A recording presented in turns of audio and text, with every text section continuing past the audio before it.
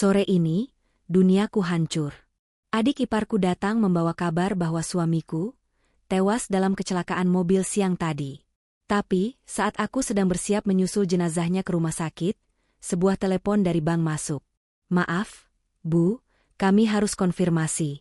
Suami Anda baru saja datang 1 jam yang lalu dan mengosongkan seluruh rekening bersama milik kalian. Aku syok ternyata.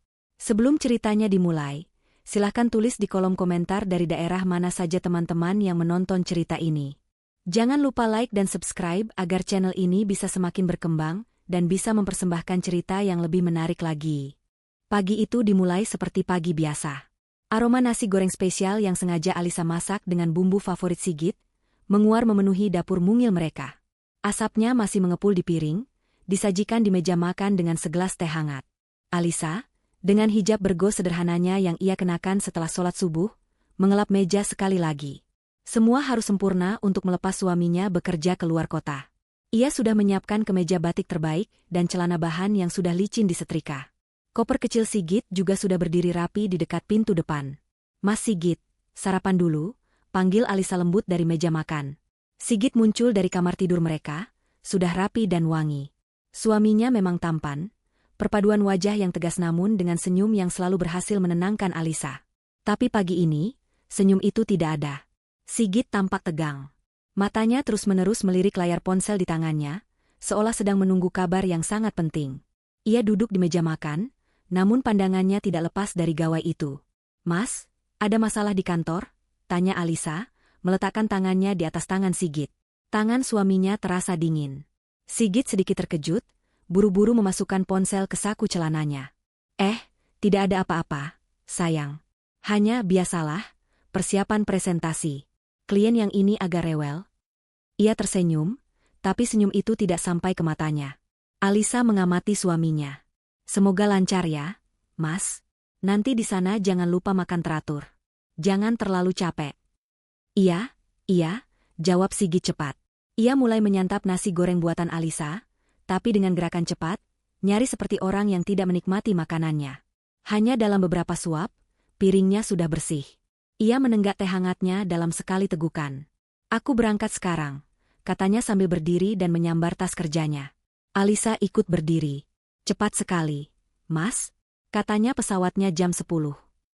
Ada berkas yang harus kuambil di kantor dulu. Nanti langsung ke bandara dari sana, jawab Sigit, suaranya terdengar menghindar. Seperti biasa, Alisa mengambil tangan Sigit dan mencium punggung tangannya, takzim. Sigit membungkuk, mendaratkan kecupan singkat di kening Alisa. Biasanya, kecupan itu akan terasa hangat dan penuh cinta, diiringi usapan lembut di kepala Alisa yang tertutup hijab. Tapi pagi ini, bibirnya terasa dingin dan kecupannya terasa terburu-buru. Hamba, ada firasat aneh yang menyelinap di hati Alisa. Perasaan tidak nyaman yang tidak bisa ia jelaskan. Namun, ia menepisnya jauh-jauh. Mungkin Sigit memang sedang sangat stres karena pekerjaan. Hati-hati di jalan, Mas. Kabari aku kalau sudah sampai, pesan Alisa sambil mengantarnya ke pintu depan. Pasti. Kamu baik-baik di rumah. Kunci pintu semua kalau malam. Assalamualaikum, kata Sigit sambil memakai sepatunya, tanpa menoleh lagi. Waalaikumsalam, jawab Alisa lirih. Ia memandangi punggung suaminya yang menjauh, masuk ke dalam mobil, dan melaju pergi meninggalkan kompleks perumahan. Punggung itu terasa begitu asing pagi ini. Alisa menutup pintu, perasaan tidak nyaman tadi masih tersisa. Ia memutuskan untuk menyibukkan diri. Ia membersihkan meja makan, mencuci piring, dan melanjutkan membersihkan rumah. Ia menyetel murotal dari ponselnya, mencoba menenangkan hati dengan lantunan ayat suci. Siang berlalu dengan lambat. Alisa sholat zuhur, makan siang sendirian, lalu mengirim pesan singkat kepada Sigit. Sudah di pesawat. Mas, hati-hati ya. Pesan itu terkirim, centang 1. Mungkin tidak ada sinyal di pesawat, pikirnya. Menjelang sore, setelah sholat asyar, Alisa bersantai di ruang tamu. Ia baru saja selesai membaca Al-Quran dan kini sedang melipat pakaian kering. Suasana rumah terasa begitu sunyi tanpa Sigit. Ia melirik jam dinding. Pukul 4 sore. Seharusnya Sigit sudah mendarat sekarang. Mungkin dia sedang di perjalanan dari bandara ke hotel, pikir Alisa. Tiba-tiba, keheningan sore itu dipecahkan oleh suara gedoran pintu yang brutal. Bukan ketukan, tapi gedoran keras dan panik. Jantung Alisa serasa melompat ke tenggorokan. Siapa yang datang bertamu dengan cara seperti itu? Ia bergegas ke pintu depan, hijabnya sedikit dirapikan. Begitu ia membuka pintu, tubuh Luna, adik iparnya, langsung ambruk ke dalam pelukannya. Luna menangis histeris. Wajahnya pucat pasi, matanya bengkak, dan napasnya tersengal-sengal. Mbak Alisa. Mbak. Ia tergagap, tidak mampu menyelesaikan kalimatnya. Luna, ada apa? Kenapa kamu menangis seperti ini? Alisa panik, mencoba menahan tubuh adik iparnya yang lemas. Ia membimbing Luna masuk dan mendudukannya di sofa ruang tamu. Tenang, Luna. Tarik napas. Minum dulu. Alisa bergegas mengambilkan air putih. Luna menggeleng kuat, menepis gelas air yang disodorkan Alisa. Air itu tumpah ke lantai. Enggak perlu air. Mbak. Tangisnya pecah lagi, lebih keras dari sebelumnya. Ada apa, Luna? Jangan buat Mbak takut. Ada apa dengan Sigit? Apa terjadi sesuatu di kantornya? Tanya Alisa. Firasat buruk tadi pagi kini kembali dengan kekuatan penuh. Luna menatap Alisa dengan mata yang membelalak ngeri. Mas Sigit. Mbak. Mas Sigit. Kenapa Mas Sigit? Desak Alisa. Suaranya mulai bergetar. Mas Sigit kecelakaan, Mbak, pekik Luna. Tadi siang di tol dalam perjalanan ke bandara. Mobilnya masuk jurang hancur-hancur. Mbak. Jantung Alisa seakan berhenti berdetak. Kecelakaan? Enggak mungkin. Luna, kamu jangan bercanda. Ini enggak lucu. Aku enggak bercanda, Mbak. Raung Luna, mencengkeram lengan Alisa kuat-kuat. Polisi yang telepon aku tadi. Mereka bilang. Mas Sigit meninggal di tempat. DEG. Dunia Alisa runtuh dalam sekejap. Kata-kata, meninggal di tempat, menggema di telinganya, menghancurkan semua udara di paru-parunya. Kakinya lemas tak bertulang. Pandangannya mengabur. Ia masih bisa melihat Luna yang menangis meraung-raung, tapi suaranya terdengar jauh. Tidak, ini mimpi. Ini pasti mimpi buruk. Sigit baru saja sarapan nasi goreng tadi pagi. Sigit baru saja mengecup keningnya. Mbak Alisa sabar, Mbak ikhlas. Suara Luna terdengar seperti dari dalam sumur. Alisa mencoba menggeleng. Bohong. Tapi tubuhnya tidak bisa lagi menahan guncangan itu. Rasa sakit yang tak tertahankan merobek dadanya. Kepalanya pusing 7 keliling. Pandangannya menjadi hitam pekat. Hal terakhir yang ia rasakan adalah lantai yang dingin menyambut tubuhnya saat ia jatuh pingsan. Saat Alisa tergeletak tak sadarkan diri di lantai, tangisan histeris Luna langsung berhenti. Seperti ada saklar yang dimatikan. Ia yang tadinya meraung-raung, kini diam. Napasnya yang tadi tersengal, kini teratur. Luna bangkit berdiri, menatap dingin pada sosok kakak iparnya yang pingsan. Ia merapikan rambutnya yang sengaja ia buat berantakan. Tidak ada lagi air mata di wajahnya. Yang ada hanyalah ekspresi jijik dan tidak sabar. Perlahan, sebuah senyum tipis yang kejam terukir di bibirnya. Senyum kemenangan yang tidak terlihat oleh siapapun. Ia mengambil ponsel dari sakunya, mengetik sebuah pesan singkat. Tahap 1 beres. Dia pingsan. Setelah pesan terkirim, ia kembali mengubah ekspresinya. Ia menepuk-nepuk pipinya sendiri agar terlihat merah, mengusap-usap matanya agar tanpa habis menangis. Lalu, ia berteriak lagi, kali ini ditujukan untuk para tetangga. Tolong! Mbak Alisa pingsan. Tolong! Alisa terbangun oleh aroma minyak kayu putih yang menyengat hidungnya. Samar-samar ia mendengar suara orang mengaji dan bisik-bisik lirih. Kepalanya terasa berat, berputar-putar. Ia mengerjapkan mata, mencoba memfokuskan pandangannya. Ia tidak lagi di lantai. Ia terbaring di sofa ruang tamu, yang kini sudah penuh sesak oleh para tetangga. Ibu-ibu di sekelilingnya menatapnya dengan pandangan iba. Sudah sadar, Mbak Alisa? Tanya seorang ibu tetangga lembut. Yang sabar ya, Mbak.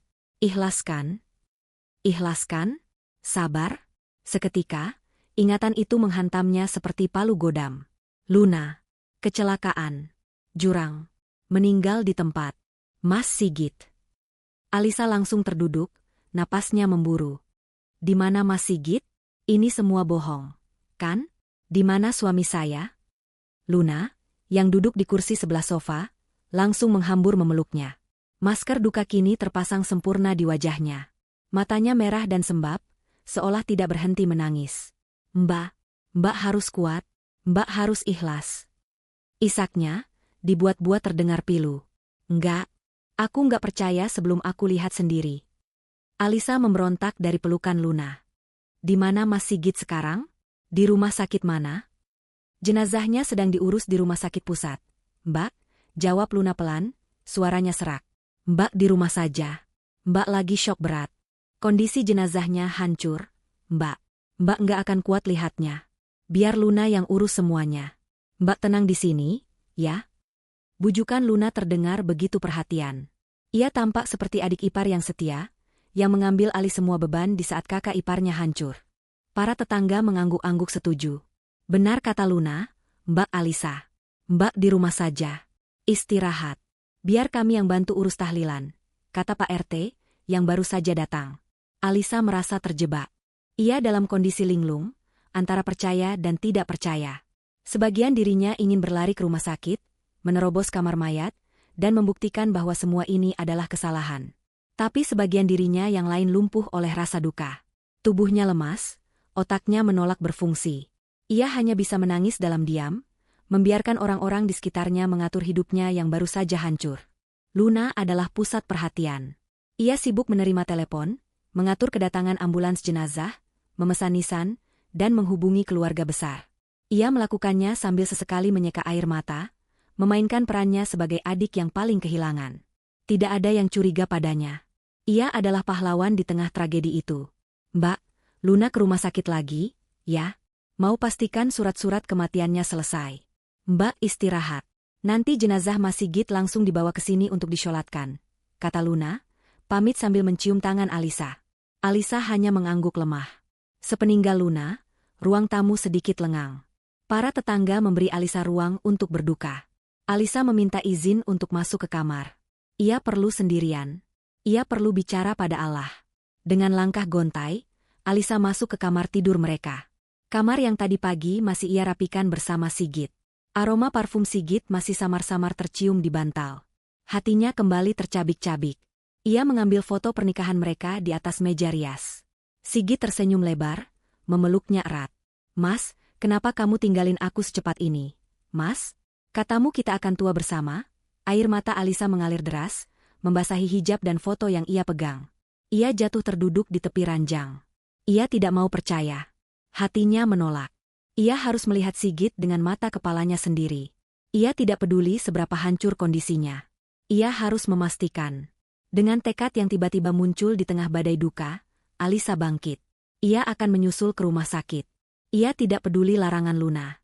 Ia harus pergi sekarang. Ia menyambar tas lempangnya yang tergantung di belakang pintu. Tangannya gemetar saat mencoba membuka resleting, mencari dompet dan kunci motor. Saat itulah, ponsel di dalam tasnya bergetar dan berdering. Nada dering standar yang asing, bukan dari kontaknya. Alisa ragu sejenak. Siapa yang menelepon di saat seperti ini? Mungkin pihak rumah sakit? Atau polisi? Dengan tangan gemetar, ia merogoh ponselnya. Nomor tidak dikenal. Alisa menggeser tombol hijau, menempelkan ponsel ke telinganya. Halo, Assalamualaikum. Suaranya serak dan bergetar karena tangis. Waalaikumsalam.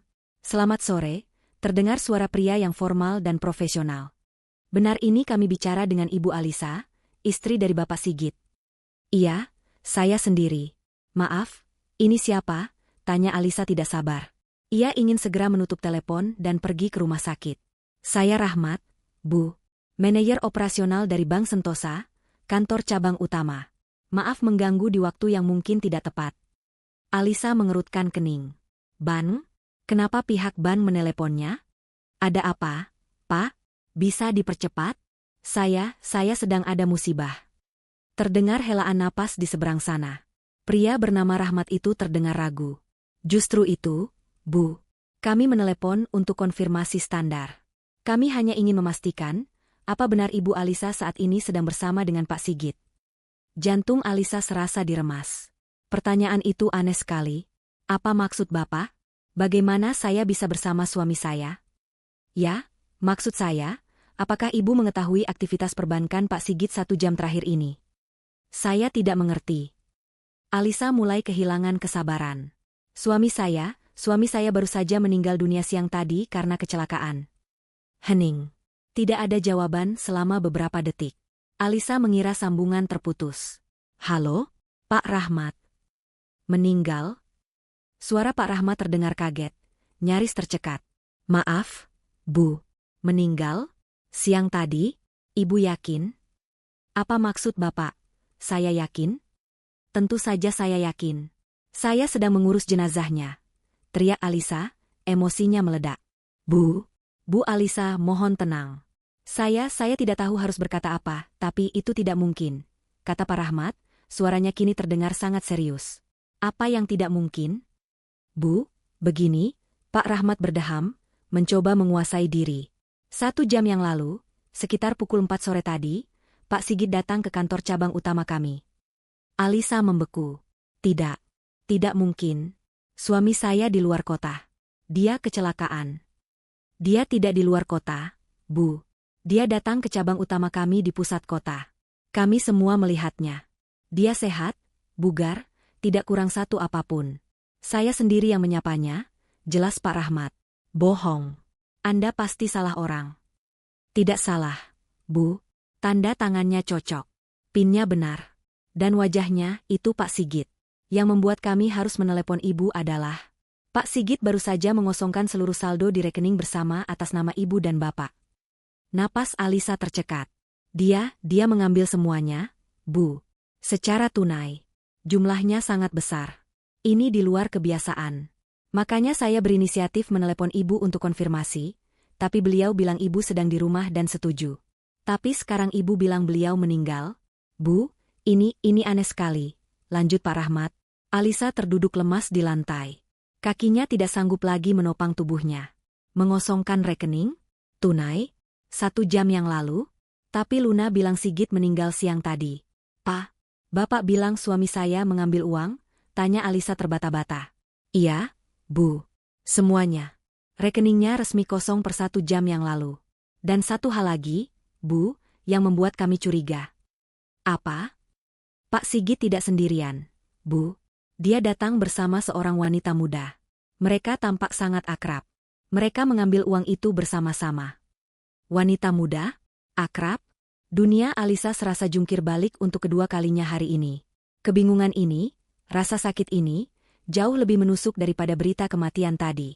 Jika Sigit masih hidup, lalu jenazah siapa yang sedang diurus Luna di rumah sakit? Pak Rahmat. Panggil Alisa dengan sisa tenaga. Tolong kirimkan saya buktinya. Apapun. Rekaman keamanan. Apapun yang Bapak punya, tolong kirimkan ke saya, sekarang juga. Tentu, Bu. Tentu saja. Saya akan kirimkan screenshot rekaman CCTV kami ke email Ibu sekarang juga. Tolong dicek. Alisa menutup telepon. Tangannya masih gemetar hebat. Tapi ini bukan lagi getaran duka. Ini getaran amarah, bingung, dan pengkhianatan yang membara. Ia meraih laptop di meja kerja Sigit, membukanya dengan kasar. Menunggu email masuk. Dan email itu pun tiba. Dengan jantung berdebar kencang, Alisa membuka file gambar yang terlampir. Dan di sana, dunianya benar-benar hancur berkeping-keping. Di layar laptopnya, di depan meja teller bank, berdiri Sigit. Suaminya. Sehat, bugar, mengenakan kemeja yang berbeda dari yang ia siapkan tadi pagi. Ia sedang tersenyum lebar.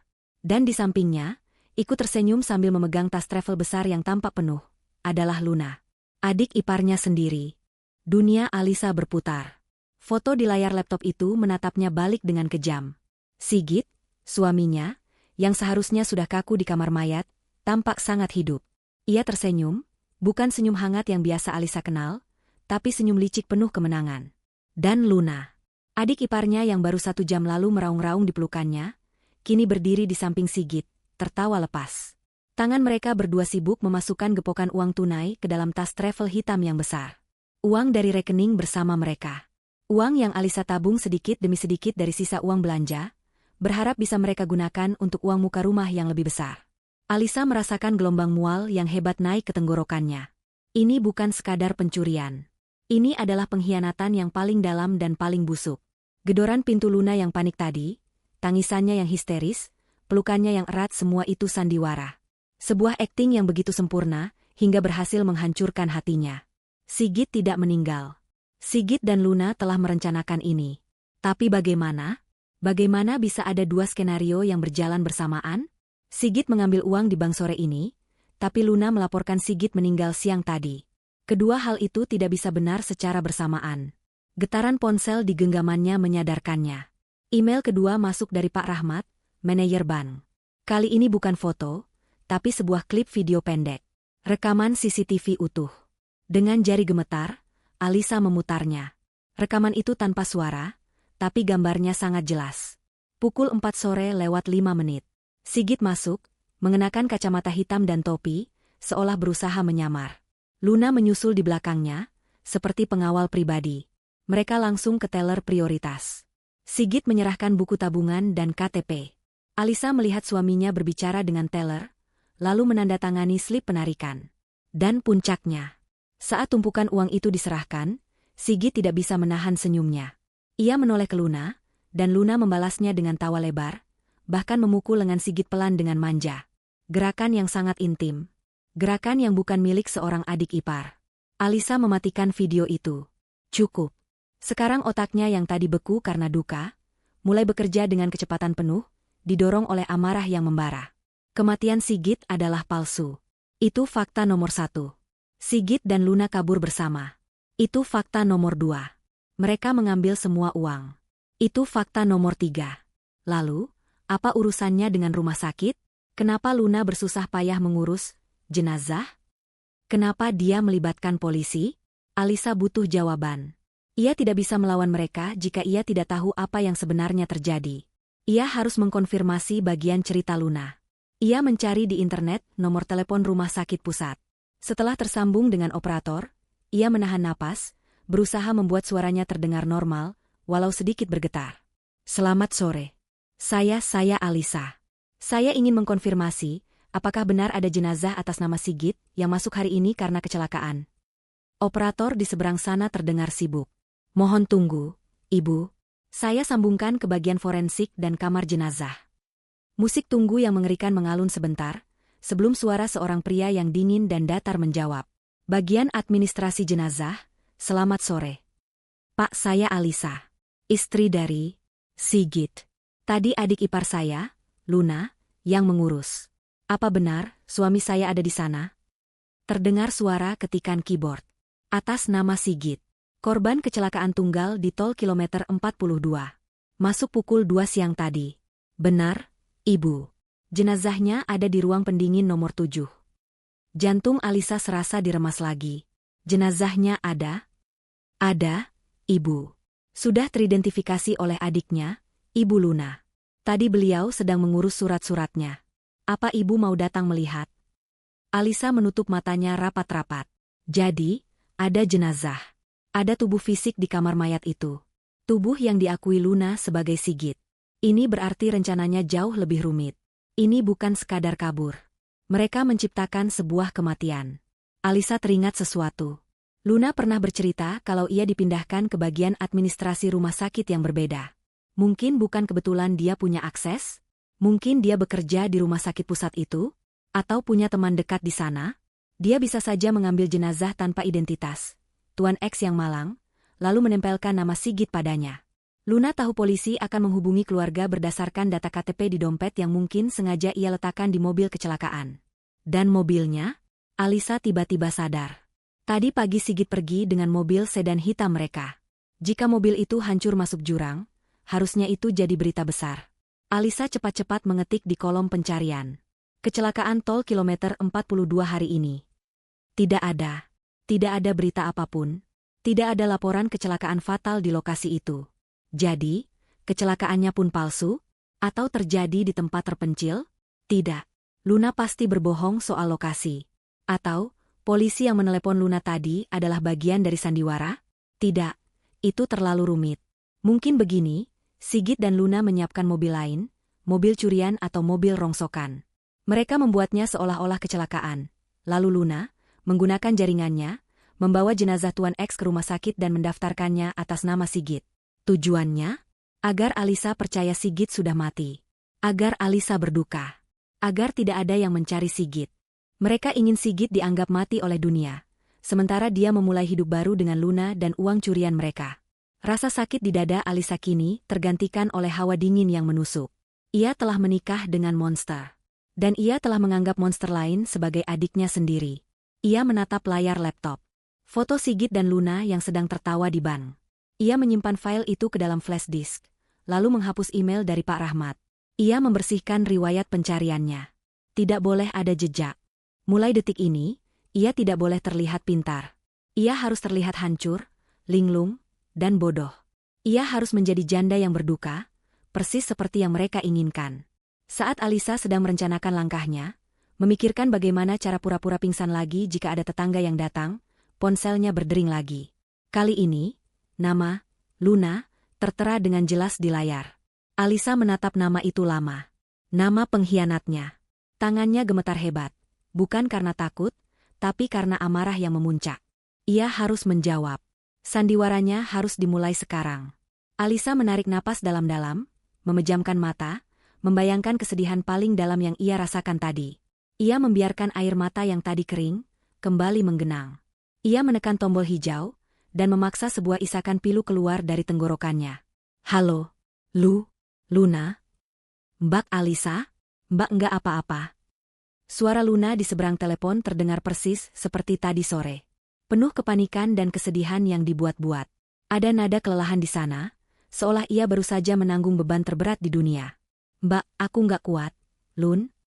Bisik Alisa, suaranya sengaja dibuat parau dan putus asa. Ia menekan dadanya, membiarkan isakan kecil lolos. Ini semua mimpi, kan? Bilang sama Mbak ini nggak nyata. Terdengar helaan napas berat dari Luna. Sabar, Mbak. Luna juga hancur. Ini berat banget, tapi kita harus kuat. Demi Mas Sigit. Demi Mas Sigit. Alisa ingin sekali tertawa mendengarnya. Luna lagi di rumah sakit. Mbak, ternyata ngurus administrasi jenazah itu rumit. Banyak surat-surat yang harus ditandatangani. Polisi juga minta keterangan lagi. Lanjut Luna, melaporkan kegiatannya dengan detail. Tentu saja rumit, pikir Alisa, karena kau sedang memalsukan dokumen kematian. Kamu di sana sendirian?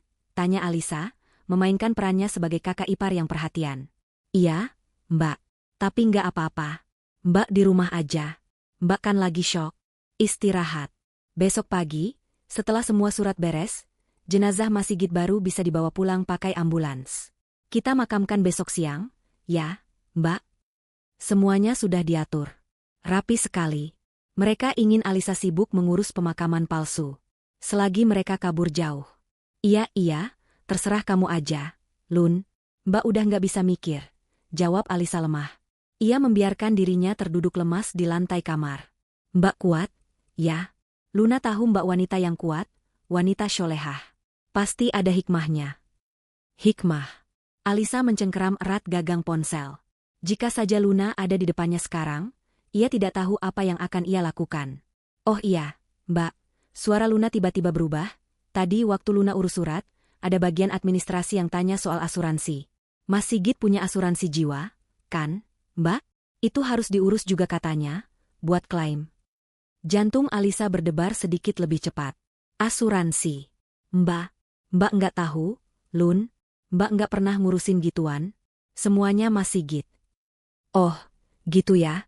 Ya udah, nggak apa-apa, Mbak. Nanti kita cari berkasnya bareng-bareng kalau Luna udah pulang. Siapa tahu bisa bantu biaya pemakaman dan tahlilan, kata Luna, terdengar sangat polos dan praktis. Iya, Lun. Makasih ya, kamu udah urus semuanya. Hati-hati di jalan, kata Alisa. Sama-sama, Mbak. Udah kewajiban Luna. Mbak jangan lupa makan, terus istirahat. Jangan sendirian, minta tetangga temani. Assalamualaikum. Waalaikumsalam. Alisa menutup telepon. Ponsel itu meluncur dari tangannya yang lemas. Ia tidak lagi gemetar. Ia diam. Dingin. Luna menyebut kata, asuransi. Kenapa? Apakah itu bagian dari rencana mereka? Mungkin mereka berpikir ada asuransi jiwa atas nama Sigit? Tidak. Alisa menggeleng. Jika Sigit memalsukan kematiannya, dia tidak bisa mencairkan asuransinya sendiri. Itu tidak masuk akal. Lalu kenapa Luna menyebutnya? Pikiran Alisa melayang. Ia harus mencari tahu. Ia harus tahu seberapa dalam lubang yang digali kedua pengkhianat itu. Alisa bangkit. Ruang tamu masih terdengar, ada beberapa tetangga yang mengaji lirih. Ia harus bergerak cepat dan senyap. Ia masuk ke ruang kerja Sigit. Ruangan kecil di sebelah kamar tidur mereka, tempat Sigit biasa, lembur. Meja kerja Sigit rapi. Terlalu rapi. Laptopnya ada di kamar Alisa. Di meja hanya ada tumpukan kertas tagihan dan catatan rapat. Tidak ada yang mencurigakan. Alisa beralih ke lemari arsip. Laci pertama berisi file-file kantor. Laci kedua berisi dokumen rumah, sertifikat, PBB, tagihan listrik. Laci ketiga terkunci. Sigit selalu bilang itu isinya dokumen kantor yang sensitif. Alisa tidak pernah membukanya. Tapi ia tahu di mana Sigit menyimpan kunci duplikatnya. Di dalam kotak pulpen di atas meja. Tangan Alisa tidak ragu sedikitpun saat mengambil kunci kecil itu. Ia memasukkannya ke lubang kunci dan memutarnya. Klik. Laci itu terbuka.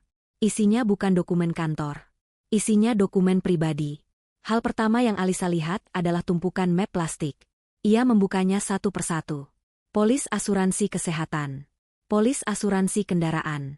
Semuanya atas nama Sigit. Lalu ia melihat sebuah map tebal berwarna biru tua. Tergeletak paling bawah.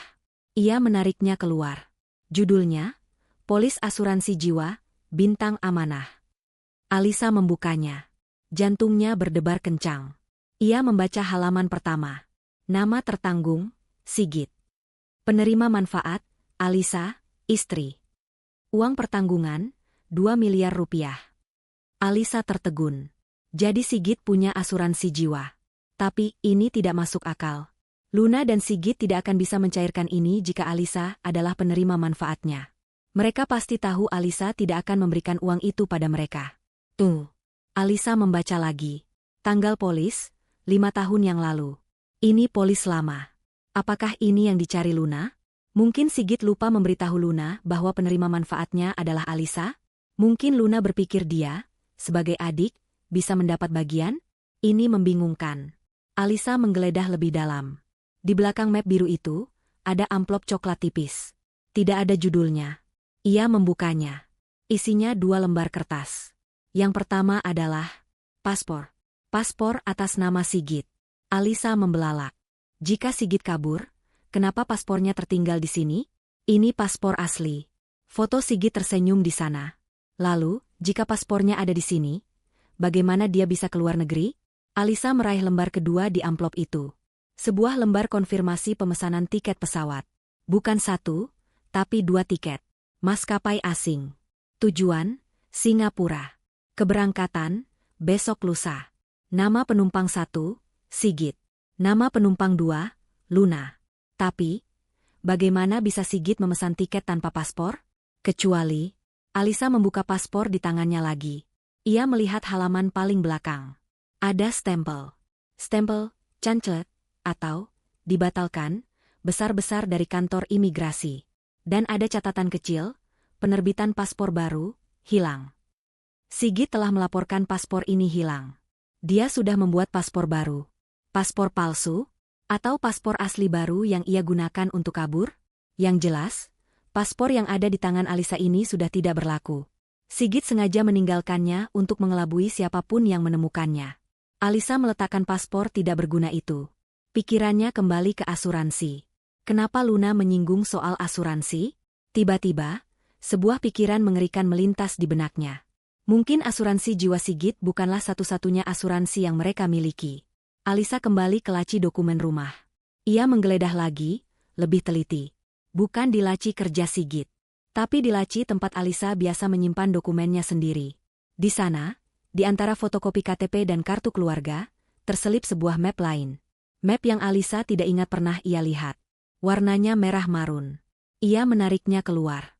Polis asuransi jiwa, Garda Sejahtera. Jantung Alisa serasa berhenti berdetak.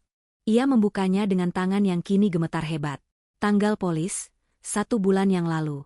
Premi dibayar lunas untuk 1 tahun. Nilai uang pertanggungan, 5 miliar rupiah. Alisa menelan ludah, matanya bergerak ke bagian paling penting. Nama tertanggung, Alisa. Nama penerima manfaat, Sigit, suami. Napas Alisa tercekat. Jadi ini rencananya? Ini adalah rencana busuk mereka yang sesungguhnya. Mereka tidak hanya ingin uang di rekening bersama. Itu hanya uang jajan. Mereka mengincar 5 miliar. Mereka membuat asuransi jiwa atas nama Alisa. Mereka berencana membunuh Alisa. Sigit akan menjadi duda yang berduka. Dia akan mengklaim 5 miliar. Lalu, setelah semuanya aman, dia akan menyusul Luna ke luar negeri, hidup kaya raya. Mungkin kecelakaan itu kecelakaan yang menewaskan. Sigit itu awalnya disiapkan untuk Alisa? Alisa merosot ke lantai. Jadi, Sigit dan Luna memalsukan kematian Sigit sebagai rencana B? Mungkin rencana membunuh Alisa terlalu sulit? Atau mereka kehabisan waktu? Atau Alisa memegang kepalanya yang pusing. Mungkin rencana A adalah Alisa dibunuh. Sigit dapat 5 miliar. Tapi rencana A gagal dieksekusi. Jadi mereka beralih ke rencana B, kosongkan rekening bersama. Palsukan kematian Sigit agar dia tidak dikejar utang atau tagihan. Alisa tahu Sigit punya beberapa cicilan besar. Dan kabur dengan uang tunai yang ada. Asuransi jiwa atas nama Alisa ini, mungkin hanya rencana cadangan yang gagal. Tidak peduli apa rencana awalnya, satu hal yang pasti. Suaminya, dan adik iparnya, telah merencanakan kematiannya. Alisa menutup map merah itu. 5 miliar. Nyawanya dihargai 5 miliar oleh suaminya sendiri. Ia meletakkan kembali polis itu persis di tempat ia menemukannya. Ia mengunci kembali laci kerja Sigit. Ia mengembalikan kunci ke kotak pulpen. Ia berjalan kembali ke kamar tidurnya. Ia duduk di tepi ranjang. Rasa duka telah menguap seluruhnya. Rasa takut juga hilang. Yang tersisa hanyalah kemarahan yang dingin dan tekad yang membaja. Mereka ingin Alisa mati. Mereka ingin dia menjadi korban yang lemah. Alisa menatap pantulan dirinya di cermin meja rias. Wanita berhijab dengan mata sembab itu menatapnya balik. Kalian salah, bisik Alisa pada pantulan dirinya. Kalian salah besar telah memilih aku sebagai korban. Sandiwara harus berlanjut. Besok, ia akan menjadi janda yang paling berduka di pemakaman palsu itu. Dan ia akan mulai menyusun rencana. Rencana untuk mengambil kembali semua yang telah mereka curi. Dan memastikan mereka mendapatkan apa yang pantas mereka dapatkan. Malam itu, Alisa tidak tidur sedetik pun. Ia menghabiskan malam di atas sajadah, namun pikirannya tidak bisa fokus berzikir. Pikirannya dipenuhi oleh gambar-gambar di layar CCTV, oleh senyum manja Luna kepada Sigit, dan oleh lembaran polis asuransi jiwa senilai 5 miliar rupiah yang mencantumkan namanya sebagai korban. Setiap kali ia memejamkan mata, ia melihat wajah Sigit yang tersenyum dingin, seolah berkata, "Matilah, agar aku bisa kaya." Kemarahan memberinya energi. Ia tidak lagi merasa lemas. Ia tidak lagi merasa berduka. Ia merasa seperti prajurit yang bersiap perang. Ia menyusun rencana, memutar ulang setiap skenario di kepalanya. Musuhnya ada 2, Sigit, si manipulator ulung, dan Luna, si aktris berwajah polos. Dan mereka berpikir Alisa adalah domba lemah yang siap disembelih. Pagi harinya, rumah Alisa sudah kembali ramai. Para tetangga datang membantu mempersiapkan kedatangan jenazah. Karpet digelar, kursi-kursi plastik disusun di teras. Alisa keluar dari kamar dengan mata yang sengaja ia buat bengkak. Ia mengenakan gamis hitam dan hijab syari hitam panjang, menyembunyikan wajahnya yang pucat namun penuh tekad. Ia memainkan perannya dengan sempurna. Ia duduk di sudut ruangan, memegang tasbih, bibirnya komat kamit lirih, dan sesekali menyeka air mata yang tidak ada. Setiap orang yang datang menyalaminya, mengucapkan bela sungkawa, dan menatapnya dengan iba. "Yang sabar ya, Mbak Alisa." "Ikhlas," kata mereka satu persatu. Alisa hanya mengangguk lemah, menerima setiap ucapan simpati palsu itu. Tepat pukul 9 pagi, suara sirene ambulans terdengar mendekat. Jantung Alisa berdebar kencang. Ini dia, puncak sandiwara mereka. Luna turun lebih dulu dari mobil ambulans. Wajahnya sembab, ia berjalan gontai, seolah seluruh tenaga hidupnya telah terkuras. Ia langsung menghambur ke arah Alisa. Mbak, Mas Sigit sudah datang." Isaknya, memeluk Alisa erat. Alisa membalas pelukan itu. Pelukan yang terasa dingin seperti ular. "Kamu yang sabar ya, Lun. Kamu sudah urus semuanya sendirian," bisik Alisa, suaranya bergetar, memainkan peran kakak ipar yang berterima kasih. Ia bisa merasakan Luna mengangguk di bahunya. "Ayo, Mbak, kita sambut Mas Sigit untuk terakhir kalinya," ajak Luna, menarik tangan Alisa. Peti jenazah kayu sederhana dikeluarkan dari ambulans. Ditutup rapat. Tentu saja ditutup rapat, pikir Alisa. Mereka tidak mungkin membiarkan siapapun melihat isi peti itu, yang jelas-jelas bukan Sigit. Beberapa pria mengangkat peti itu masuk ke ruang tamu, meletakkannya di tengah ruangan. Isak tangis dari keluarga jauh yang baru datang langsung pecah. Suasana duka begitu kental, begitu nyata, hingga Alisa hampir saja meragukan penemuannya sendiri. Tapi tidak. Ia ingat CCTV. Ia ingat polis asuransi. Alisa duduk bersimpuh di samping peti itu. Luna duduk di sebelahnya, memegang tangannya erat-erat. "Mbak, ikhlaskan ya, Mbak. Ini yang terbaik," bisik Luna. Alisa menoleh pada Luna. Ia menatap mata adik iparnya itu dalam-dalam. Mata yang bengkak karena tangisan palsu. "Iya, Lun. Mbak ikhlas. Mbak yakin? Allah pasti akan menunjukkan keadilannya," kata Alisa, dengan penekanan pada kata, keadilan. Luna tampak sedikit terkejut dengan nada bicara Alisa yang datar, namun ia cepat-cepat mengangguk dan kembali menangis terseduh-seduh. Prosesi berjalan cepat. Setelah disyolatkan di rumah, jenazah palsu itu dibawa ke pemakaman umum. Alisa dan Luna berada di mobil yang sama, di belakang mobil jenazah. Selama perjalanan, Luna tidak berhenti bicara. "Nanti setelah ini, Mbak Alisa istirahat total ya. Biar Luna yang urus tahlilan 3 harian. Mbak jangan banyak pikiran," katanya. Alisa hanya mengangguk. "Oh iya, Mbak," lanjut Luna, seolah baru teringat sesuatu. "Soal asuransi jiwa Mas Sigit yang 2 miliar itu, tadi Luna sudah tanya-tanya sedikit. Katanya proses klaimnya bisa dimulai minggu depan. Nanti Luna bantu urus ya, Mbak.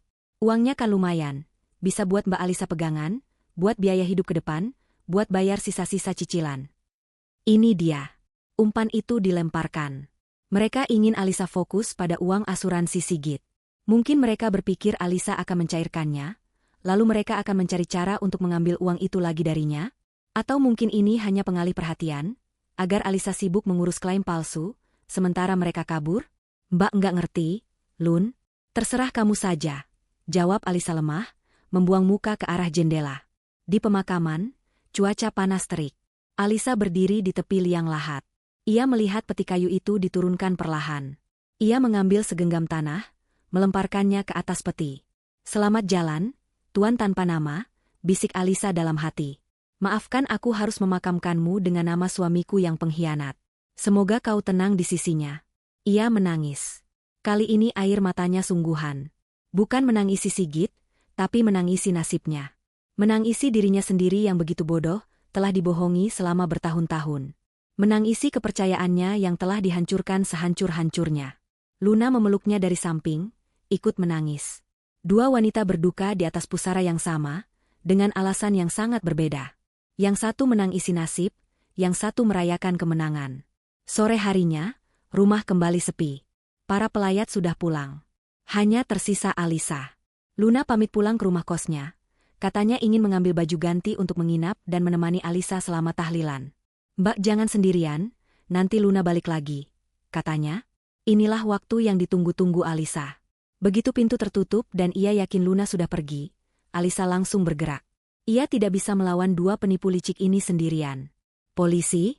Apa yang akan ia katakan pada polisi? Pak, suami saya yang baru dikubur itu sebenarnya masih hidup."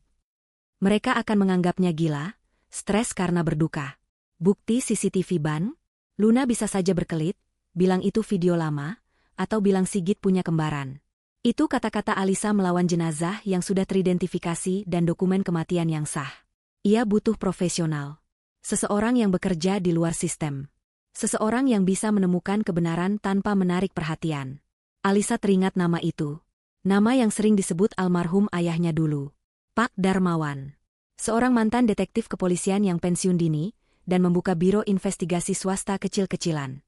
Ayahnya pernah bilang, Darmawan itu hidungnya lebih tajam dari anjing pelacak, dan dia lebih lurus dari penggaris baja. Dia bisa menemukan jarum di tumpukan jerami. Dengan tangan gemetar, Alisa mencari nomor telepon Biro Detektif Amanah di internet. Ia menemukannya. Jantungnya berdebar kencang. Ini adalah pertaruhan. Jika Pak Darmawan menolaknya, ia habis. Ia menekan nomor itu. Terdengar nada sambung 3 kali. "Halo, Amanah?" Suara pria parubaya yang tenang dan berat menjawab. "Selamat sore, Pak. Apa ini? Apa saya bicara dengan Pak Darmawan?" "Benar. Ini siapa?" Saya Alisa, Pak.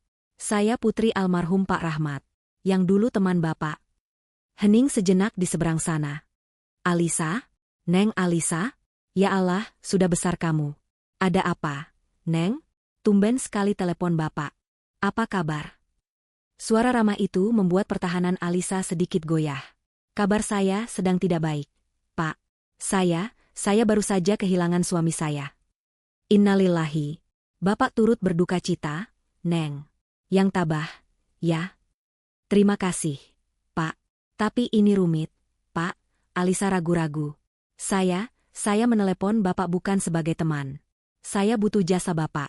Jasa biro detektif Bapak. Lagi-lagi hening. Pak Darmawan sepertinya langsung menangkap keseriusan dalam nada bicara Alisa. Bicara saja, Neng. Apa yang bisa Bapak bantu? Suami saya, Sigit, dia dinyatakan meninggal kecelakaan kemarin. Hari ini baru dimakamkan. Alisa memulai, suaranya bergetar. Tapi, Pak saya tidak percaya dia meninggal. Apa maksudmu? Suara Pak Darmawan langsung menajam, sisi detektifnya muncul. Saya punya bukti. Rekaman CCTV dari bank. Kemarin sore, 2 jam setelah waktu kematiannya yang dilaporkan, suami saya ada di bank. Dia mengosongkan rekening bersama kami. Dia tidak sendirian. Dia bersama adik ipar saya, Luna. Adik ipar yang sama, yang mengurus laporan kematiannya. Alisa menumpahkan semuanya dalam satu tarikan napas. Keheningan di seberang telepon kali ini berlangsung lebih lama. Alisa takut Pak Darmawan menganggapnya gila. Neng Alisa, kata Pak Darmawan akhirnya, suaranya sangat serius. Jangan bicara apa-apa lagi di telepon.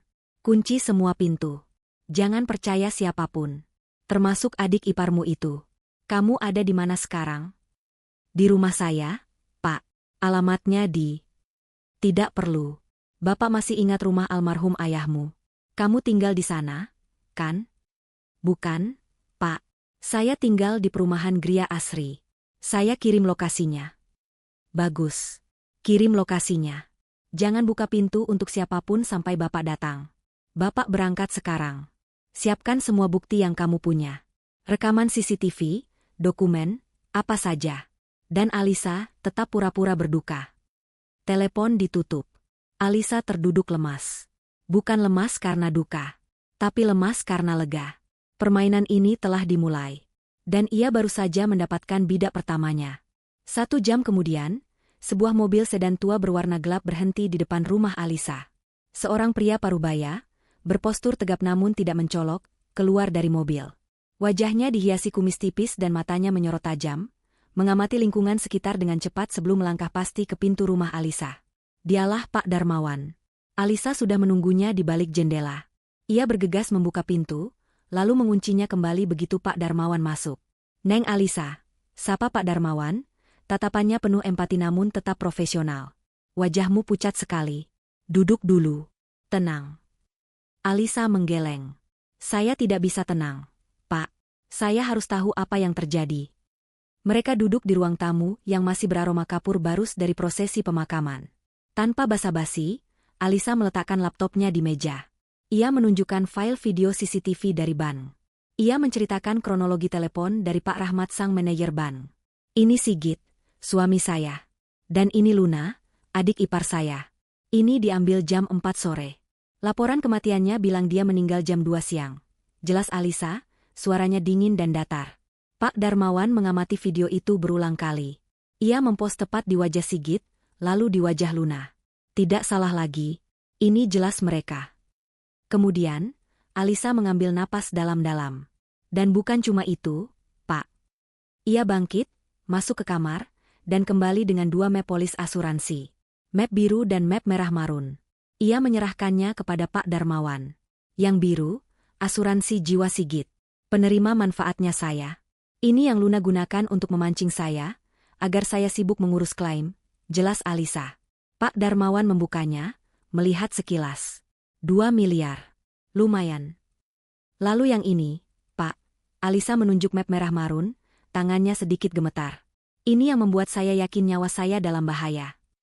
Pak Darmawan membuka map kedua.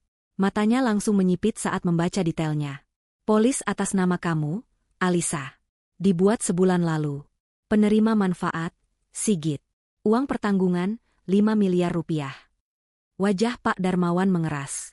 Ia menatap Alisa dengan pandangan baru. Innalillahi. Neng, ini bukan lagi soal penggelapan uang. Ini percobaan pembunuhan terencana. Rencana awal mereka adalah membunuh kamu. Sigit akan jadi duda yang berduka, lalu kaya raya. Alisa mengangguk. Saya juga berpikir begitu, Pak. Tapi sepertinya rencana itu gagal, atau terlalu sulit. Jadi mereka beralih ke rencana B, memalsukan kematian Sigit, membawa lari uang tunai, dan menghilang. Tepat, kata Pak Darmawan. Mereka butuh Sigit mati secara resmi agar tidak dikejar-kejar. Entah dikejar ban, cicilan, atau mungkin utang lain. Apa langkah kita sekarang, Pak? Tanya Alisa. Ia sudah tidak peduli dengan uang yang hilang. Yang ia inginkan adalah keadilan. Ia ingin melihat wajah Sigit dan Luna saat topeng mereka dibuka. Langkah pertama, kata Pak Darmawan, mengeluarkan buku catatan kecil. Kita harus buktikan jenazah yang kamu kubur tadi itu palsu. Ini adalah kunci utamanya. Tanpa itu, kamu hanya seorang istri yang berhalusinasi. Bagaimana caranya? Petinya sudah dikubur. Serahkan pada Bapak, kata Pak Darmawan, matanya berkilat. Luna mengurus administrasi di rumah sakit pusat. Kan? Bapak punya kenalan lama di sana. Administrasi jenazah itu pasti ada catatannya. Kita harus cari tahu identitas asli jenazah Tuan X itu. Langkah kedua, lacak uangnya. Lacak mereka. Bapak akan cek data imigrasi. Jika mereka pakai paspor asli, nama mereka akan muncul.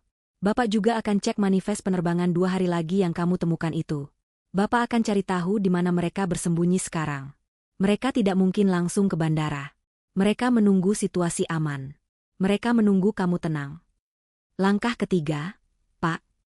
Cari tahu motif utamanya. Uang di rekening bersamamu, berapa banyak? Alisa ragu sejenak. Sekitar 800 juta, Pak. Pak Darmawan mengangguk pelan. Jumlah yang besar. Tapi, cukup besar untuk repot-repot memalsukan kematian? Bapak rasa ada yang lebih besar di baliknya. Polis 5 miliar itu jelas motif utamanya. Tapi karena gagal, pasti ada pendorong lain yang membuat mereka nekat. Pak Darmawan pamit. Bapak akan hubungi kamu begitu ada kabar. Ingat, Neng, sandiwara harus terus berjalan. Kamu adalah janda yang berduka. Jika Luna datang, layani dia. Jangan tunjukkan kecurigaan sedikit pun. Kita harus membuat mereka merasa aman, sampai kita siap menjerat. Selama 2 hari berikutnya, Alisa hidup dalam kabut kepura-puraan. Luna benar-benar datang menginap. Ia tidur di kamar tamu.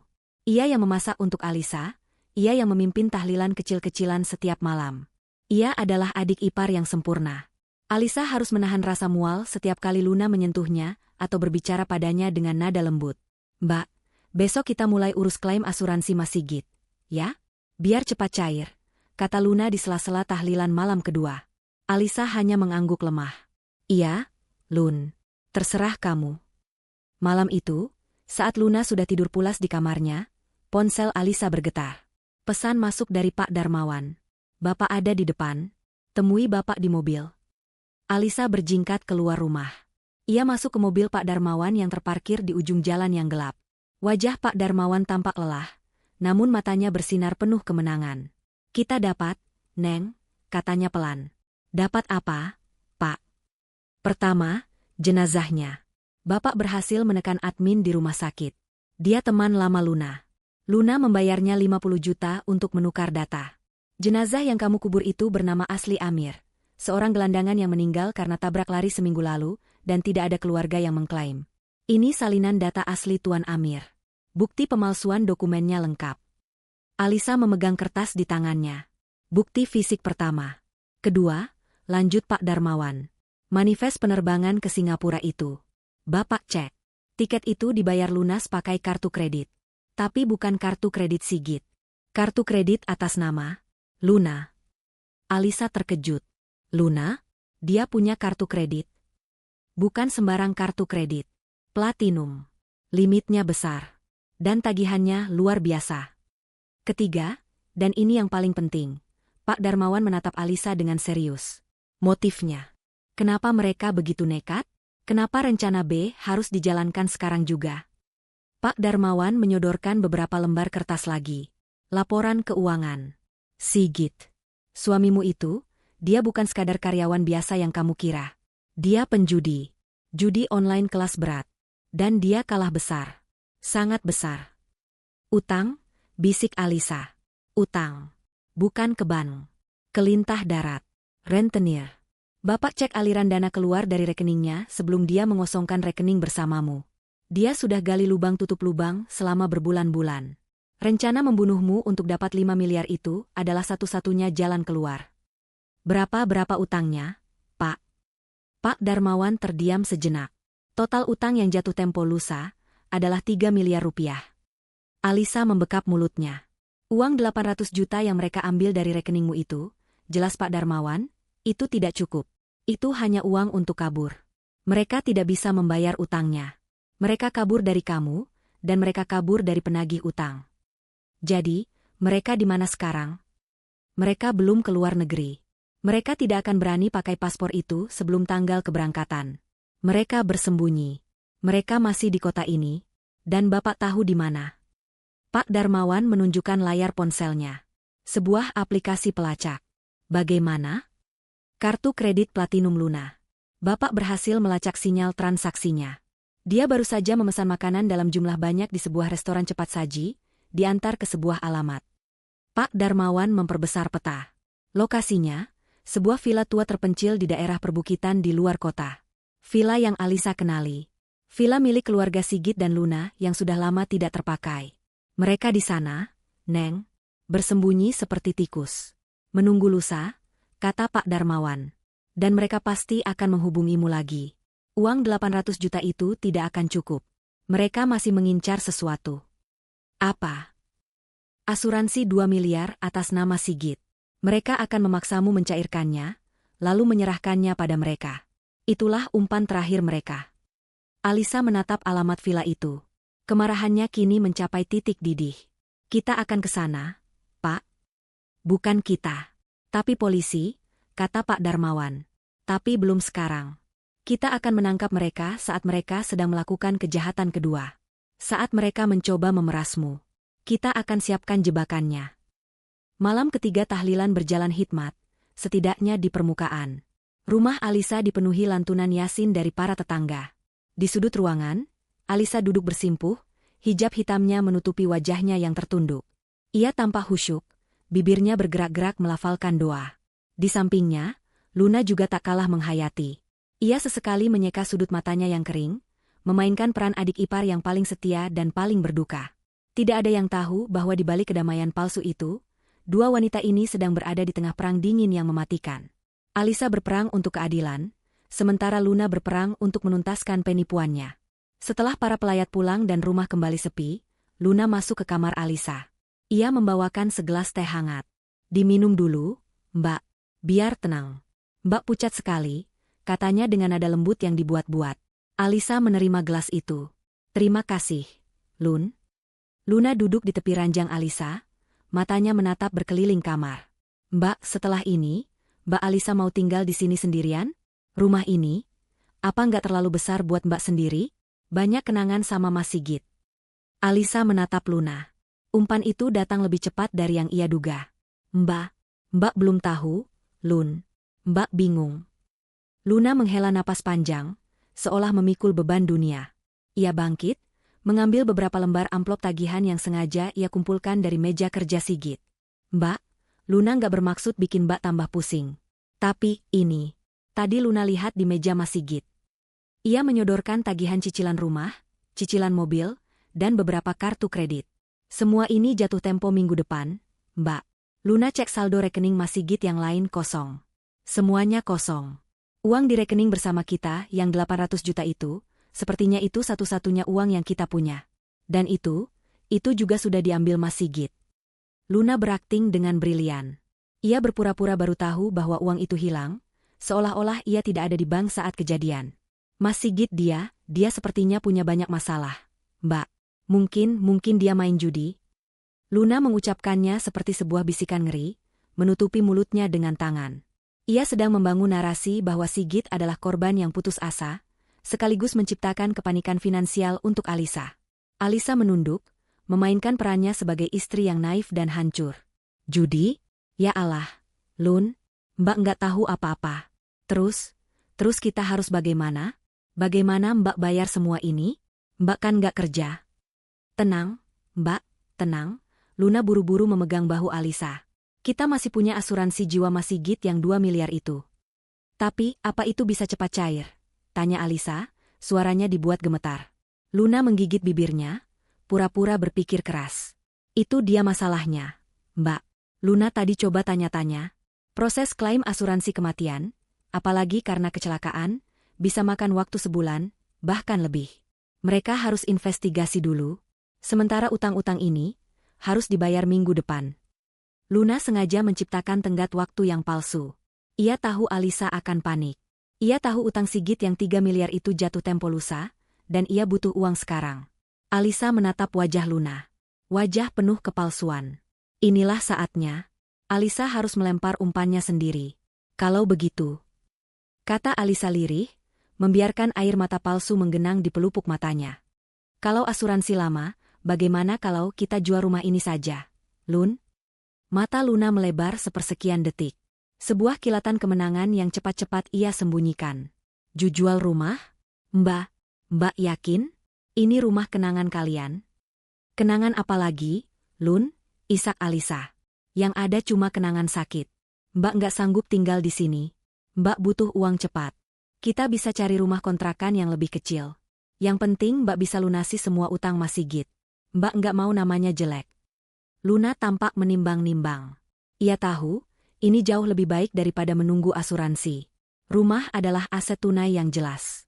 Sigit pasti akan senang mendengarnya.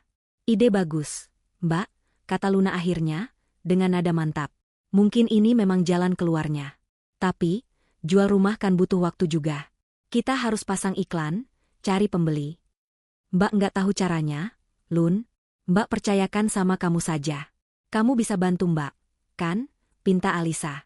Luna tersenyum tipis. Sebenarnya kebetulan sekali, Mbak. Luna punya kenalan. Teman lama. Dia itu developer properti. Dia sering cari rumah di area-area seperti ini untuk direnovasi. Dia biasanya bayar tunai. Alisa menahan napas. Benarkah, Lun? Tunai? Iya. Orangnya memang agak unik. Nggak suka ribet pakai transfer bank besar-besar. Dia lebih suka transaksi cepat.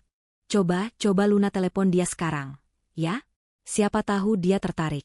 Luna bilang saja kita lagi butuh uang cepat. Iya, Lun. Coba kamu tanyakan, kata Alisa, terdengar penuh harap. Luna bangkit, mengambil ponselnya. Luna telepon di luar ya, Mbak. Nggak enak di kamar. Alisa tahu Luna tidak akan menelepon. Luna akan mengirim pesan kepada Sigit di villa persembunyian mereka. Memberitahu bahwa mangsa sudah masuk perangkap. Alisa menunggu. Jantungnya berdebar kencang. Ia segera mengirim pesan singkat kepada Pak Darmawan. Umpan dilempar. Mereka mengincar rumah. Luna sedang menghubungi pembeli. Balasan datang cepat. Bagus. Jangan setuju bertemu di rumah. Terlalu berbahaya. Arahkan ke tempat publik. Bank adalah yang terbaik. Bilang saja Mbak mau sekalian melunasi KPR di bank itu. Tak lama kemudian, Luna masuk kembali ke kamar. Wajahnya berseri-seri, namun ia berusaha menutupinya dengan ekspresi lega yang dibuat-buat. Alhamdulillah, Mbak, teman Luna itu dia mau. Seru Luna. Dia ikut bersimpati dengan kondisi Mbak. Dia bilang, dia bisa siapkan uangnya besok pagi. Secepat itu?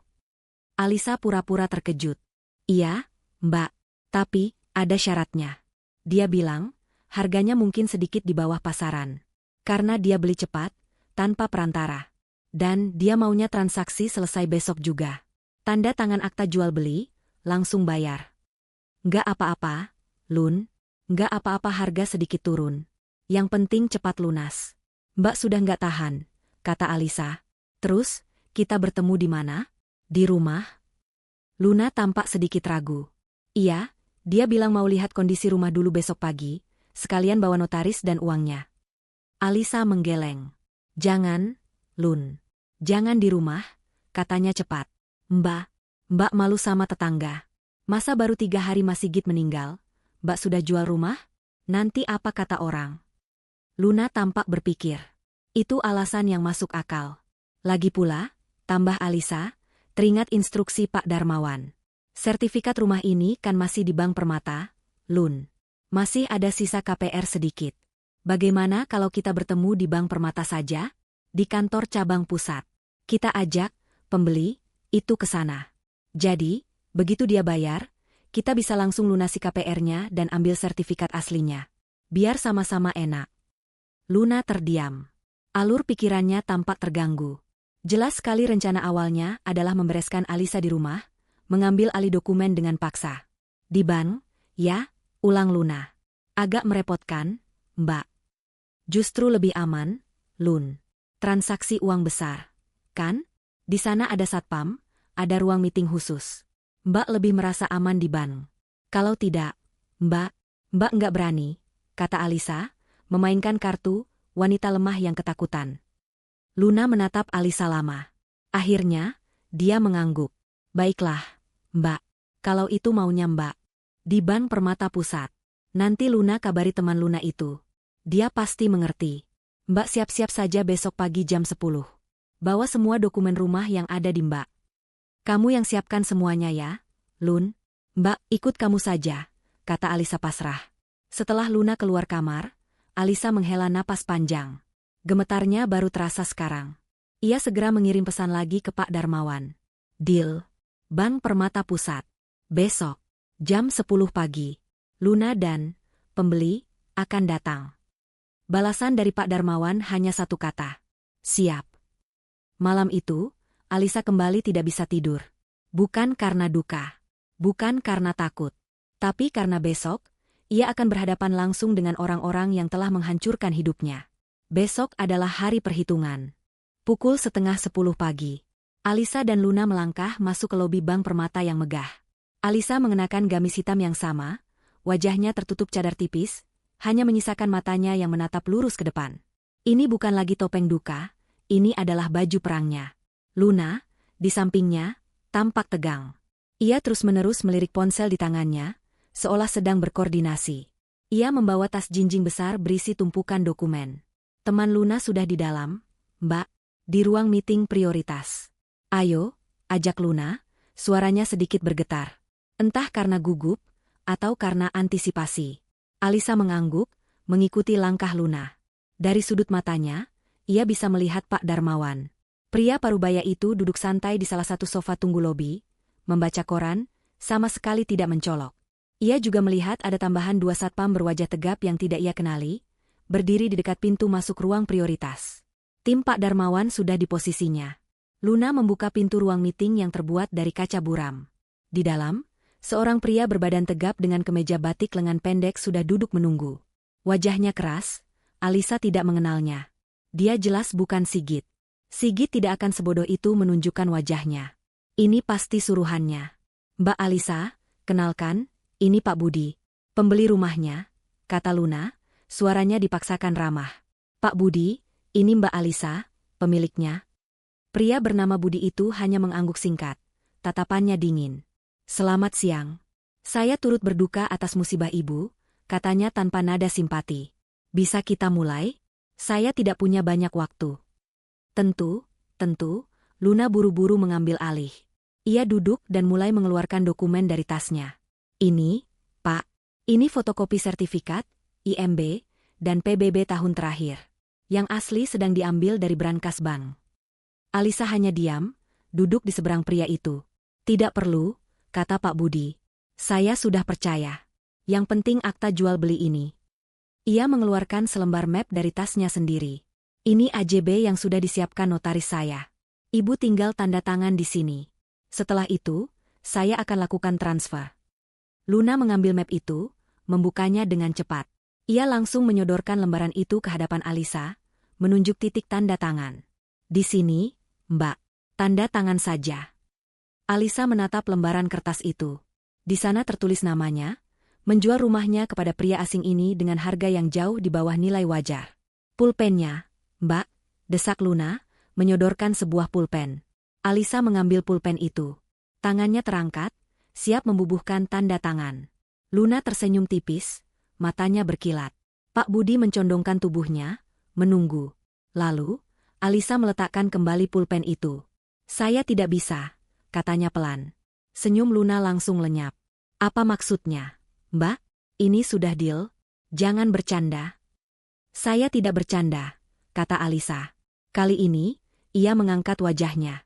Lewat cadarnya, matanya menatap langsung ke mata Luna. Tatapannya tidak lagi sayu. Tatapannya tajam dan dingin. Saya tidak bisa menjual rumah ini kepada kalian. Pak Budi berdiri dengan kasar. Kursinya terdorong ke belakang. Apa maksud ibu? Kalian? Saya pembeli tunggal. Oh, ya. Alisa ikut berdiri. Suaranya kini terdengar jelas dan kuat, menggema di ruang meeting yang senyap itu. Lalu, kenapa di tas Anda? Alisa menunjuk tas Pak Budi yang sedikit terbuka. Ada tumpukan uang tunai yang sangat banyak? Bukankah Anda bilang mau transfer? Pak Budi dan Luna terkejut. Dan kenapa? Lanjut Alisa, Anda membawa akta jual beli yang sudah ditandatangani notaris, padahal notarisnya tidak ada di sini? Ini palsu, kan? Mbak Alisa, pekik Luna, wajahnya pucat pasi. Mbak ngomong apa, sih? Mbak pasti stres. Mbak gila ya? Gila? Alisa tertawa pelan, tawa yang terdengar mengerikan. Saya memang hampir gila, Luna. Saya hampir gila saat tahu suami saya yang katanya sudah meninggal, ternyata sedang mengambil uang 800 juta di bank lain. Bersama adik iparnya sendiri. Alisa membanting ponselnya ke atas meja. Layarnya menyala, memutar video yang sudah ia siapkan. Video Sigit dan Luna di Bank Sentosa, tertawa sambil memasukkan uang ke tas travel. Luna menjerit tertahan. Ia mundur selangkah, menabrak dinding. Pak Budi langsung bergerak liar. Ia tidak mencoba kabur, ia menerjang ke arah Alisa, mencoba merebut ponsel itu. Tapi ia terlambat. Pintu ruang meeting didobrak terbuka. Polisi, jangan bergerak. Dua satpam palsu tadi, bersama Pak Darmawan dan dua polisi berseragam lainnya, menyerbu masuk. Pak Budi yang berbadan tegap itu langsung dilumpuhkan sebelum tangannya sempat menyentuh Alisa. Luna merosot ke lantai. Ia gemetar hebat, menatap Alisa dengan pandangan tidak percaya bercampur benci. Kak, kamu tahu? Aku tahu semuanya, kata Alisa, melangkah mendekati Luna yang terduduk lemas. Aku tahu rencanamu. Rencana kalian. Dari awal. Saat itu juga, ponsel Pak Darmawan berdering. Ia mengangkatnya, mendengarkan sejenak. Bagus. Amankan dia, katanya, lalu menutup telepon. Ia menoleh ke Alisa. Tim Bravo berhasil, Neng. Mereka sudah menangkap Sigit di villa persembunyiannya. Tepat saat dia sedang menunggu kabar dari Luna. Air mata Luna akhirnya luruh. Bukan air mata palsu, tapi air mata amarah dan kekalahan. Dasar wanita licik. Kamu menjebak kami. Alisa berjongkok di depan Luna. Ia menatap mata adik iparnya itu. Siapa yang licik? Luna, bisik Alisa. Aku? Atau kamu, yang bersandiwara menang isi, kematian, kakakmu sendiri? Yang menukar jenazah gelandangan malang bernama Amir, hanya untuk menutupi jejak suamiku? Yang merencanakan pembunuhanku demi polis asuransi 5 miliar? Setiap kata yang diucapkan Alisa bagaikan paku yang menancap di dada Luna.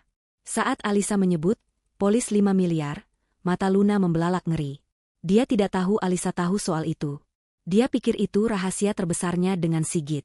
Aku tahu utang judi Sigit yang 3 miliar, lanjut Alisa dingin. Aku tahu kalian kabur bukan hanya dariku, tapi dari rentenir. Dan kalian pikir, kalian bisa mengorbankanku? Mengambil rumahku? Kalian salah besar. Polisi mengangkat Luna, memborgol tangannya. Anda berdua ditahan atas penipuan, penggelapan, pemalsuan dokumen negara, dan percobaan perampasan aset, kata petugas. Saat Luna digiring keluar, ia menatap Alisa dengan penuh kebencian. Kamu akan menyesal, Alisa. Mas Sigit akan. Mas Sigitmu sedang dalam perjalanan ke kantor polisi yang sama, potong Alisa. Permainan kalian sudah selesai.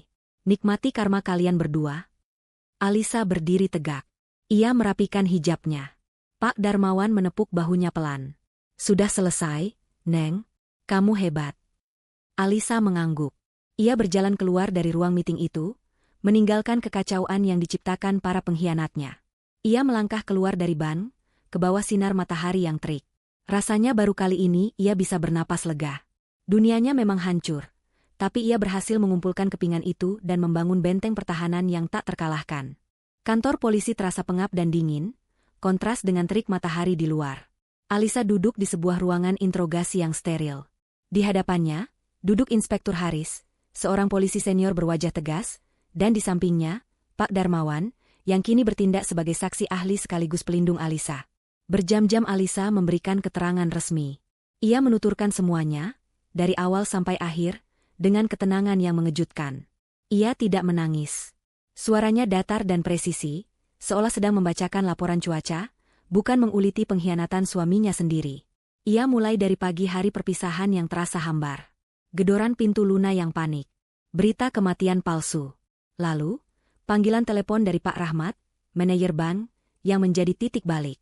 Ia menunjukkan salinan rekaman CCTV bank, di mana Sigit dan Luna tertawa sambil menggasak tabungan mereka.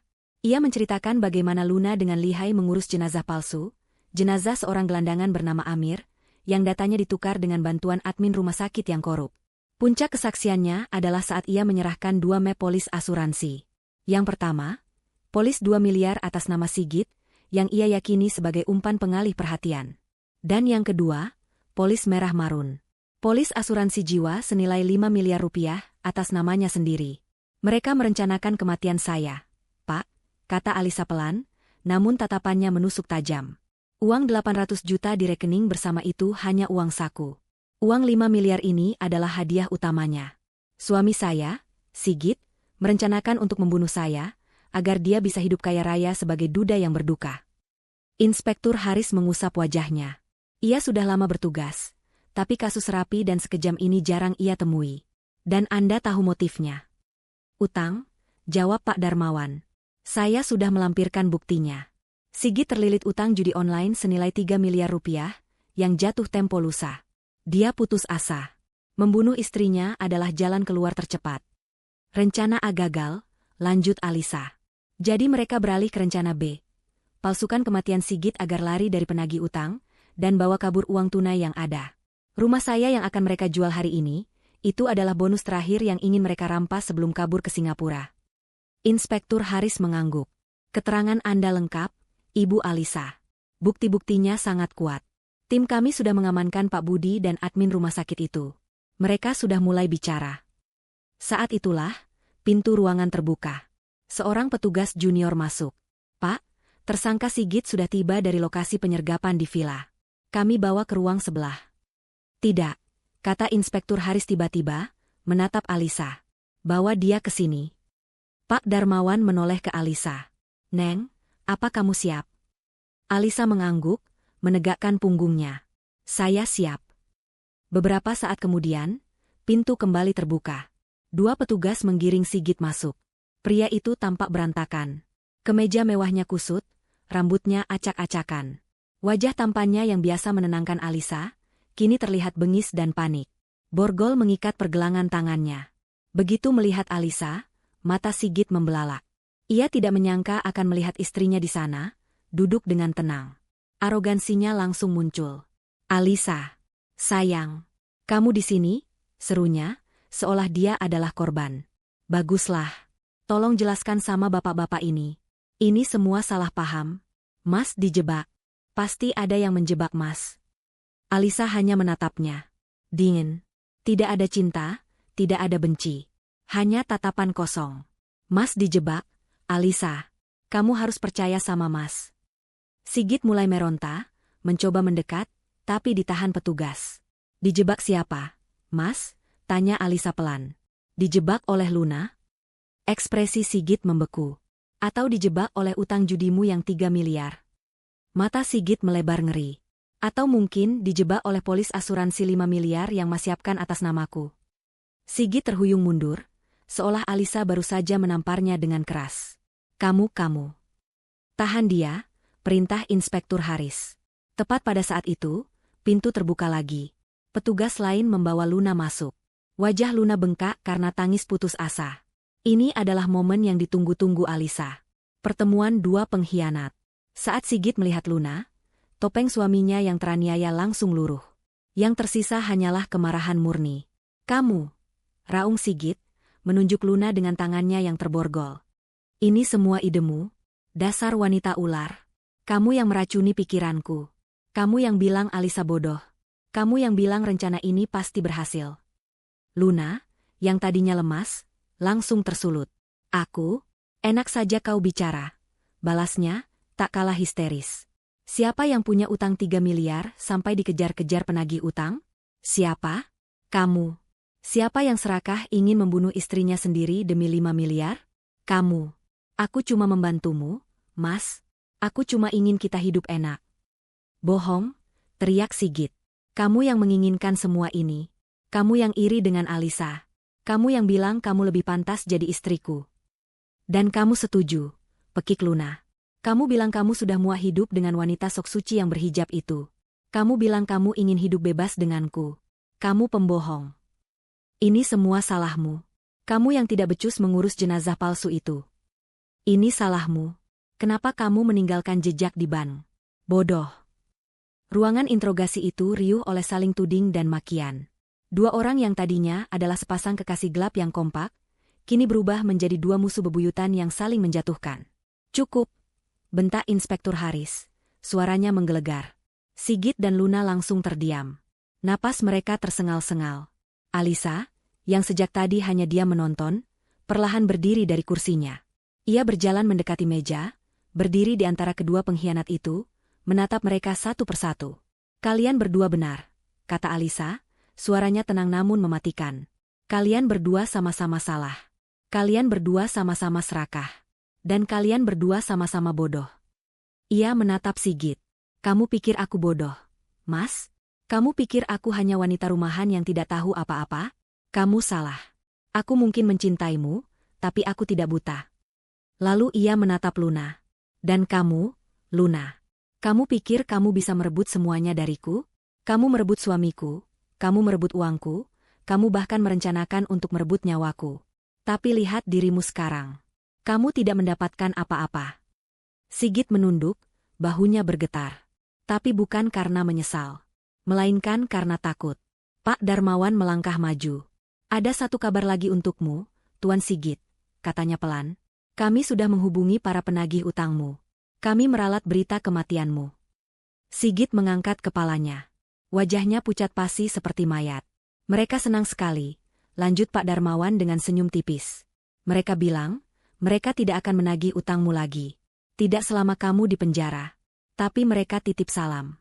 Mereka bilang, mereka akan menunggumu dengan sabar. 3 miliar rupiah itu, bunganya akan terus berjalan. Mereka akan menyambutmu di hari kebebasanmu nanti. Itu adalah hukuman yang lebih mengerikan daripada penjara. Sigit tahu apa artinya itu. Dia tidak akan pernah bebas. Bahkan jika dia keluar dari penjara 20 tahun lagi, dia akan keluar untuk mati di tangan rentenir. Sigit ambruk ke lantai. Ia meraung, bukan seperti pria dewasa, tapi seperti anak kecil yang ketakutan. Luna menatapnya dengan jijik. Ia baru sadar, pria yang ia bela mati-matian ini, adalah pria paling menyedihkan yang pernah ia kenal. Bawa mereka, perintah Inspektur Haris. Petugas menyeret Sigit yang lemas dan Luna yang menangis dalam diam. Teriakan dan sumpah serapah mereka bergema di lorong kantor polisi, sebelum akhirnya lenyap di balik pintu sel. Alisa berdiri mematung. Ia tidak merasakan kemenangan. Ia tidak merasakan kepuasan. Yang ia rasakan hanyalah kelegaan yang dingin. Badai itu telah berlalu. Dan ia, secara ajaib, masih berdiri tegak. Bulan-bulan berlalu berganti musim. Kisah pengkhianatan Sigit dan Luna menjadi berita lokal yang sensasional. Tapi bagi Alisa, itu adalah proses panjang untuk mereklamasi hidupnya. Ruang sidang menjadi panggung terakhir dari drama busuk itu. Alisa duduk di barisan depan, hijabnya rapi, punggungnya tegak. Ia tidak datang dengan kebencian, ia datang untuk menyaksikan keadilan. Di seberangnya, di kursi pesakitan, duduk Sigit dan Luna. Mereka bukan lagi pasangan serasi yang ia lihat di rekaman CCTV bank. Sigit tampak tua, rambutnya menipis, matanya kosong. Luna pucat dan kuyu, kecantikannya luntur oleh penyesalan dan kebencian. Di samping mereka, duduk pula admin rumah sakit yang korup dan Pak Budi, si pembeli bayaran. Proses persidangan berjalan cepat. Bukti-bukti yang dikumpulkan Pak Darmawan dan kepolisian tidak terbantahkan. Rekaman CCTV bank diputar di layar besar, membuat Sigit dan Luna menunduk malu. Kesaksian Pak Rahmat sang manajer bank. Kesaksian petugas administrasi jenazah yang menangis, mengakui menerima suap 50 juta dari Luna untuk menukar data jenazah Tuan Amir. Dan tentu saja, Polis asuransi jiwa 5 miliar atas nama Alisa menjadi bukti utama adanya perencanaan kejahatan yang keji. Pengacara Sigit berusaha menyalahkan Luna sebagai otak kejahatan. Pengacara Luna mengklaim kliennya hanya korban manipulasi Sigit yang terlilit utang judi. Mereka saling serang, saling membuka aib di depan hakim, membeberkan detail perselingkuhan mereka, mempermalukan diri mereka sendiri untuk terakhir kalinya. Alisa hanya menonton. Ia sudah memaafkan mereka. Bukan untuk mereka, tapi untuk dirinya sendiri. Memaafkan adalah satu-satunya cara untuk melepaskan racun mereka dari hidupnya. Hari putusan tiba. Hakim mengetuk palu dengan keras. Suaranya menggema, penuh wibawa. Terdakwa Sigit, kata hakim, terbukti secara sah dan meyakinkan bersalah melakukan tindak pidana penipuan, penggelapan dalam rumah tangga, pemalsuan dokumen otentik, dan perencanaan pembunuhan. Pengadilan menjatuhkan hukuman penjara selama 20 tahun. Palu diketuk. Terdakwa Luna, lanjut hakim, terbukti secara sah dan meyakinkan bersalah karena turut serta membantu dalam semua tindak pidana tersebut. Pengadilan menjatuhkan hukuman penjara selama 15 tahun. Palu diketuk lagi. Admin rumah sakit dan Pak Budi juga mendapatkan hukuman yang setimpal. Saat Sigit digiring keluar ruangan, matanya bertemu dengan mata Alisa. Alisa hanya menatapnya datar. Di belakang ruang sidang, Alisa melihat beberapa pria berwajah keras yang ia kenali dari cerita Pak Darmawan. Para penagih utang. Mereka tersenyum tipis ke arah Sigit yang gemetar. Mereka akan menepati janji. Karma Sigit akan menjadi neraka abadi, di dalam maupun di luar penjara. Setelah persidangan usai, hidup Alisa benar-benar dimulai dari nol. Dengan bantuan Pak Darmawan, ia mengurus semua kekacauan legal. Polis asuransi 5 miliar itu dibatalkan. Nama baik jenazah Tuan Amir dipulihkan, dan ia dimakamkan ulang secara layak oleh Dinas Sosial.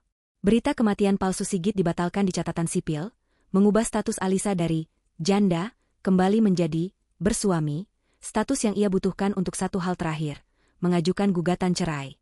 Gugatan cerai itu dikabulkan dengan cepat. Sigit tidak punya hak untuk menolak. Alisa resmi bebas.